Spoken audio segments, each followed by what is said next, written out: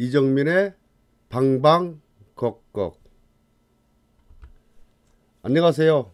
오늘은 제7강 아들러의 개인 심리학 혹은 용기의 심리학을 살펴보겠습니다.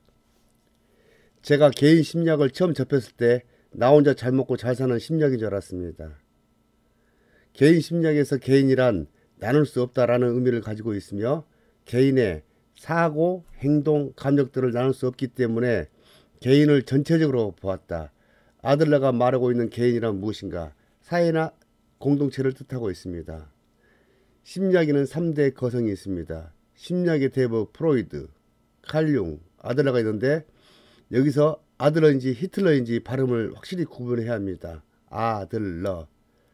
아들러는 프로이드와 함께 9년간 정신분석을 연구하다가 프로이드의 지나친 성적 쾌락과 충동을 중시하고 있어 결별하게 되었습니다.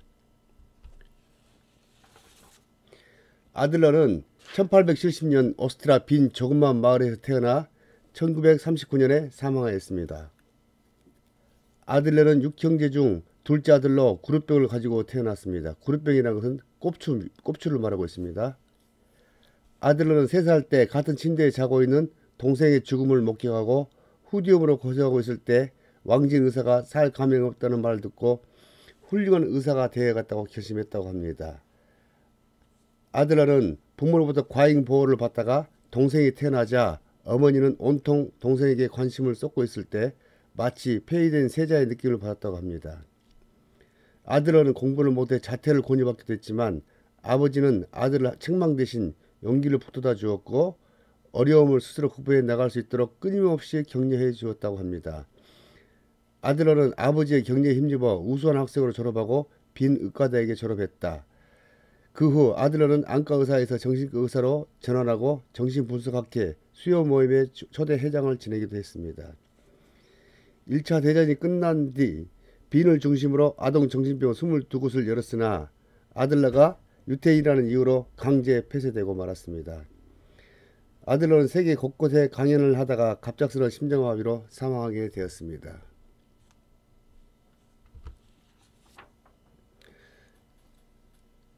개인 심리학의 열등감과 우월감.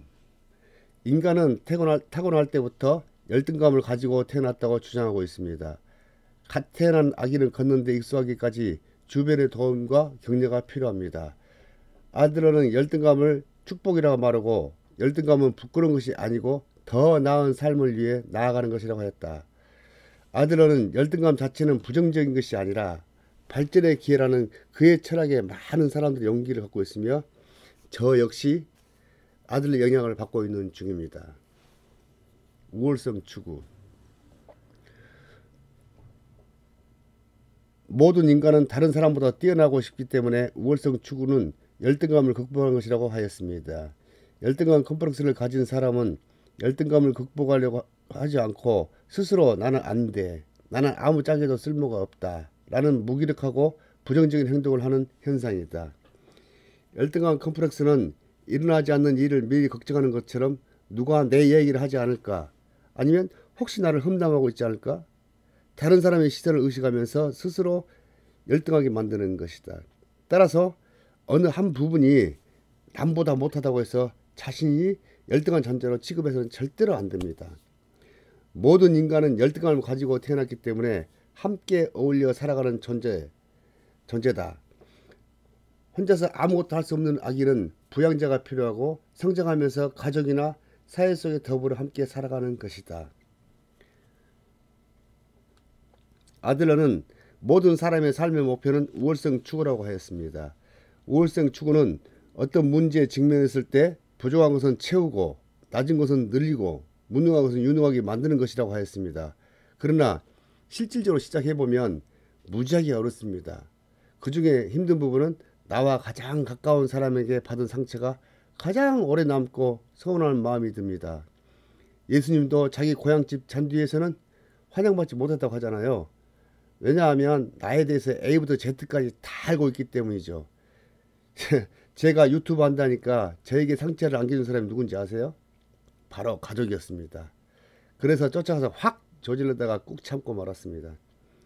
열등감은 축배라고 말했던 아들러 선생의 말씀을 믿고 따랐기 때문입니다.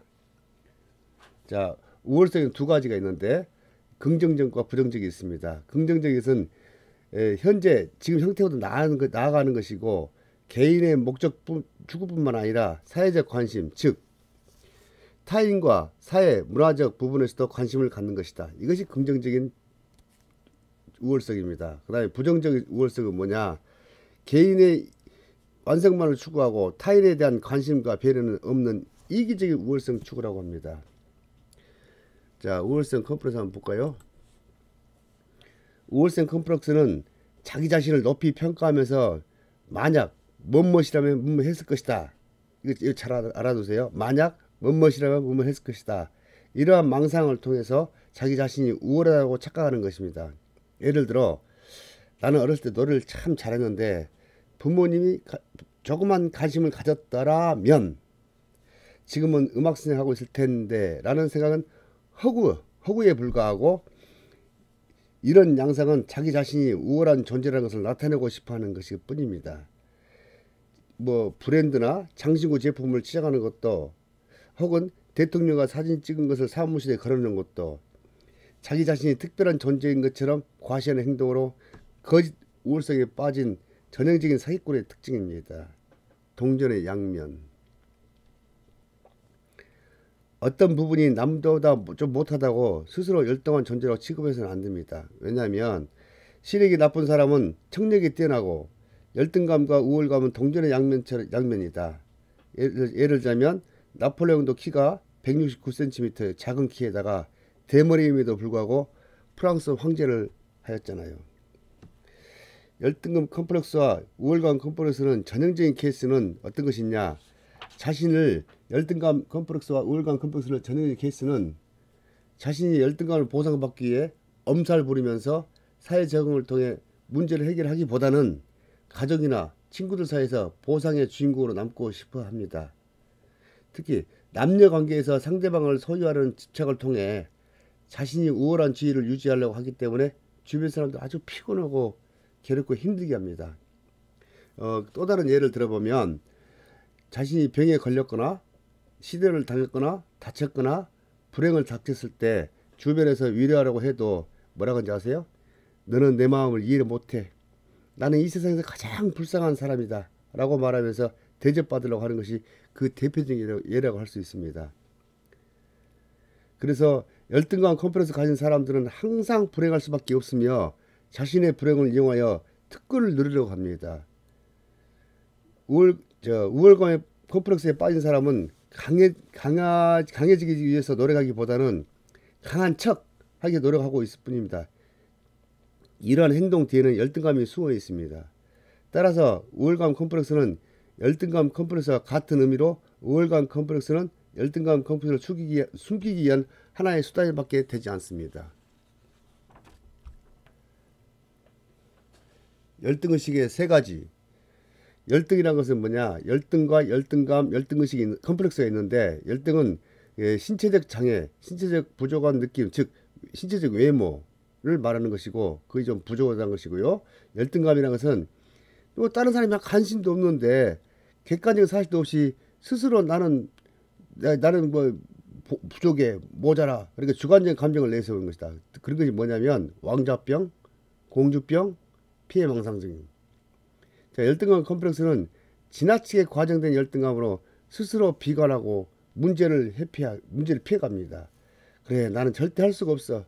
우리 속담에 구덩이 무서워 장 못 닦는다 말도 있고 하늘이 무서워서 어떻게 걸어가랴 기후도 있잖아요.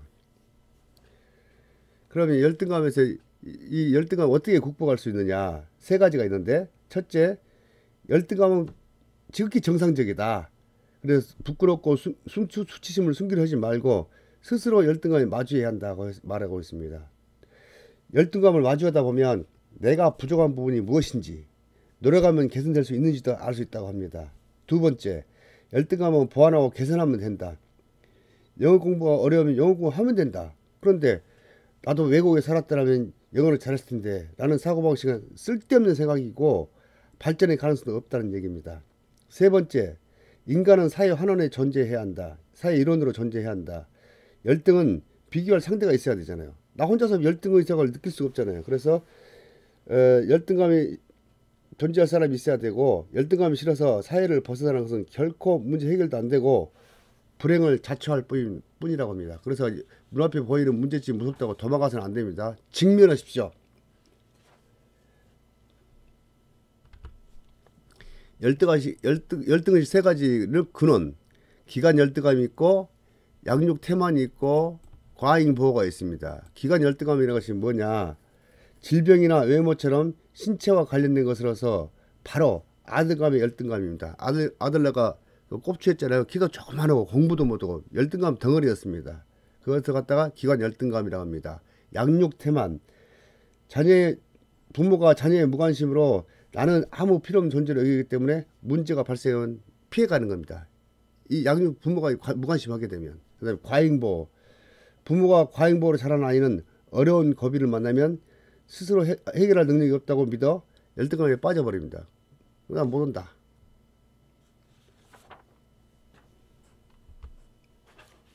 자, 생활양식.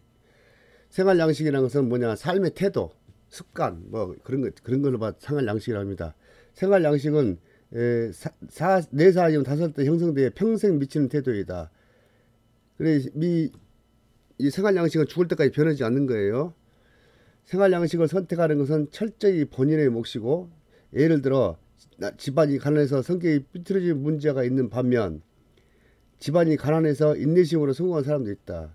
그러면 프로이드 결정론에 의하면 집안이 가난하면 똑같은 문제가 되든 성공하든 똑같은 모습을 나타내야 하는데, 그렇지 않고 아들의 목적에서 바라보면 집안이 가난한 것은 하나의 환경일 뿐 생활 양식과는 전혀 상관이 없다고 말하고 있습니다.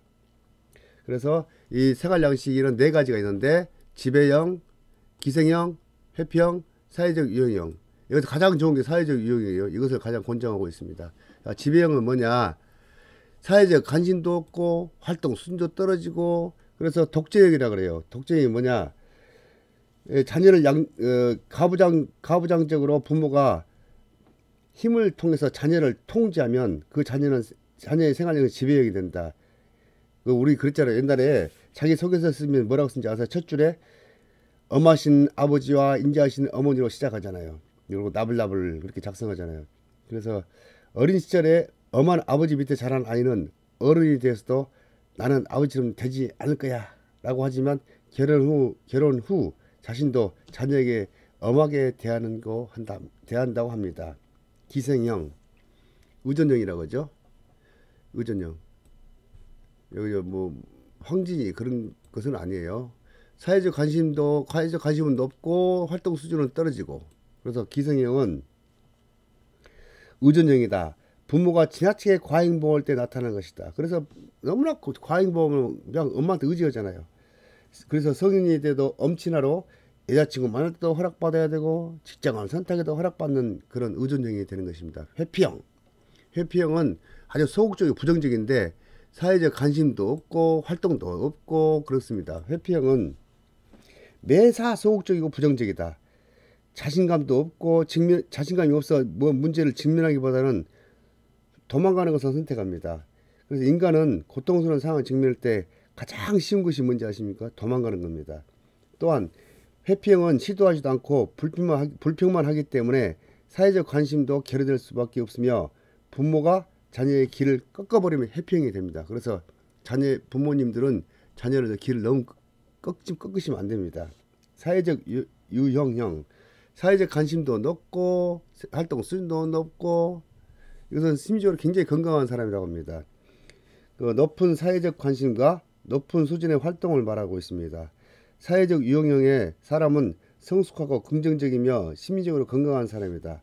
사회적 관심이 높아 자신과 타인의 욕구를 충족시키고 문제 해결은 타인과 협동한다고 합니다. 인간관은 4가지가 있는데 총체적 존재, 사회적 존재, 창조적 존재, 성장 지향적 존재. 이것은 4가지만 있다는 것만 알고 있어도 될 것 같습니다. 자, 그럼 오늘은 간단하게 아들러 용기의 심리학을 여기서 마치도록 하겠습니다. 추가로